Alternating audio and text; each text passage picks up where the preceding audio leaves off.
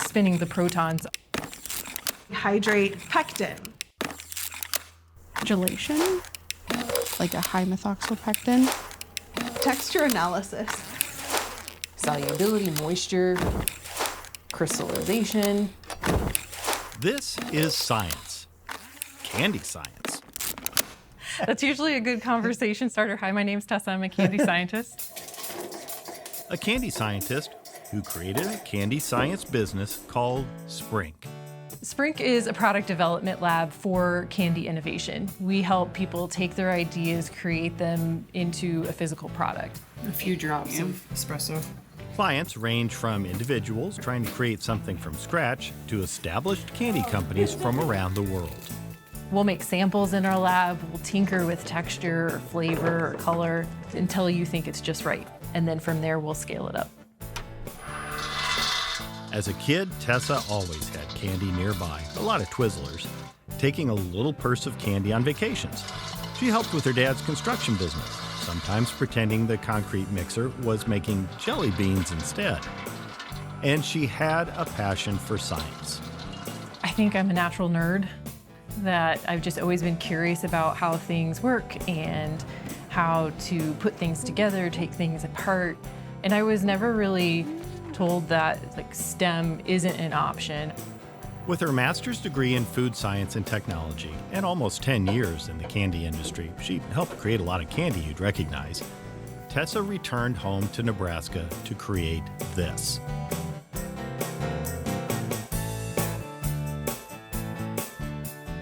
I started Sprink to allow people to create new things, to bring those ideas that they have and allow them to come to life in the candy industry. This is not heavy. Okay, perfect. Any day you'll see lots happening here, like new equipment arriving. So this is our new taffy equipment. There's a candy cutter in here. This is like Christmas. Nicole manages the candy products they're developing, like pre-exercise vitamin-infused gummies Katie is working on. We're trying to get it to be a firmer gummy versus it's been turning out a little bit soft for what we think the client wants. We're adding more pectin because there could be not enough pectin compared to all the actives that are in this gummy. Okay, so this is our texture analyzer. We use this to measure the firmness and the springiness of a gummy. We use it to simulate chewing. Different ingredients interact differently with one another. Sometimes if we have more gelatin, the gummy might be more firm and bouncy. Sometimes if we have more pectin, it can be much softer. Starch gummies can be very soft and very sticky. So water activity is a measurement that we use for making sure that the candy is shelf stable. It's a food safety measurement. So water activity will allow mold to grow if it's too high. Is a lot of what you're doing looking at the amounts of water in things? And it is something that we control throughout the process. Lots of science in all this.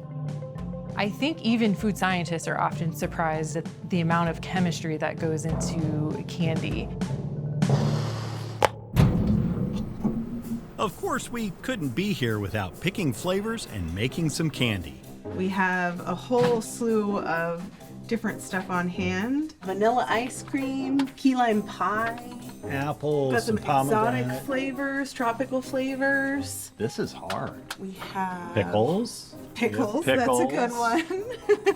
That'd be interesting. Yeah. All right, let's do that. What are we making?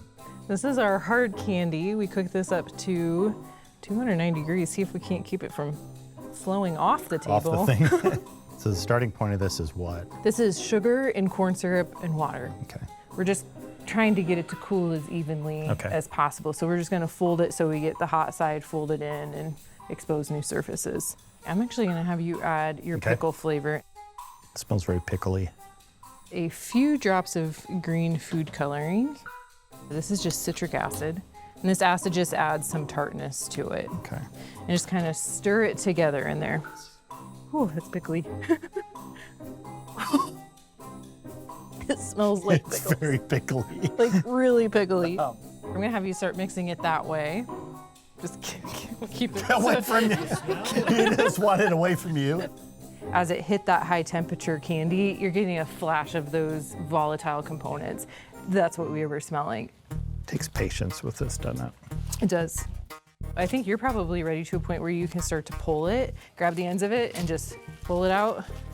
There you go. And then fold it back together. Pull it back together quick Yep. before it. You know, if we pull it a lot and we get a lot of air bubbles in there, it makes it easier to chew. It's less dense. What we're doing now with this under the hot light is we're trying to keep it above the glass transition temperature. Okay. All right, there you There go. we go. Come on. As soon as it goes through, we want it to drop below the glass transition temperature so that we can turn it into a glass. It's candy. All right, pickles. Very dilly. It's a lot of pickle. Tastes just like it. Well, you got the taste right. Sweet pickles. Another part of Sprink is a couple hours away in Tessa's hometown, a small factory in a building that was part of the family's construction business. What's the purpose of this for Sprink? This is truly what fills the gap between what we do in the lab in Omaha and full-scale manufacturing. We can do small batches here. Friends and family helped build this. Same with the fruit snacks they're making today. Oh, Grandma Norma's here. Absolutely stunning. Norma, with a passion for natural wellness, makes syrup from her elderberry trees.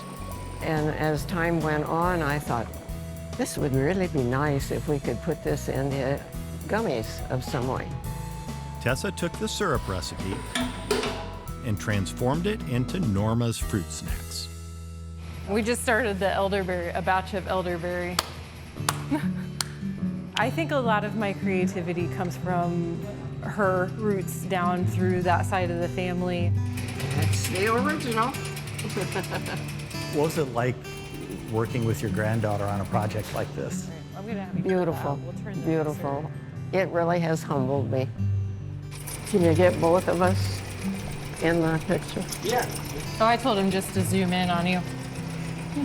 Norma Snacks Manufacturing started in an Albion church kitchen before this was built. It's a product they sell that also helps Sprink test its business model. So Norma's being a client of Sprink allows me to step into the shoes of the things that our clients are seeing, of starting up a company, going through retailers, figuring out packaging, figuring out the shelf life and different things about the product. I get to experience that through the Norma's brand. Cheers, RBs. Cheers. Family is a big reason Tessa came back and opened her quickly growing business in Nebraska. It's so fun to be able to show it off finally. For lots of open house visitors, including a niece and nephew and her mom. You should try it. Look at all these cool candies. Is it good? I'm curious, as a kid, was she a candy junkie? Yes and no, but she's always been a creator. If you're looking to start a candy company, or if you have a candy company and you're looking to create something new, you can find Biggest disaster that you ever had to deal with? She tried to make edible tape a lot.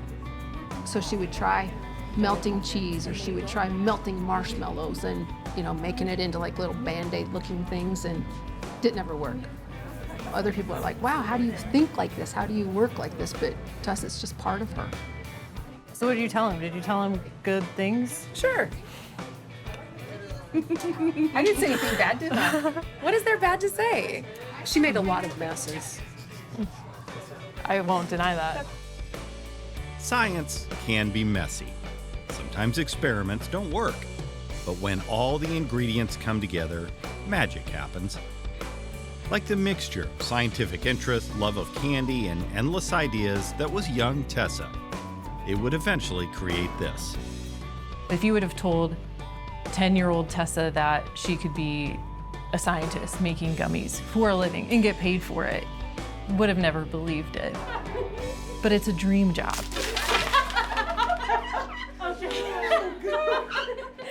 That felt good.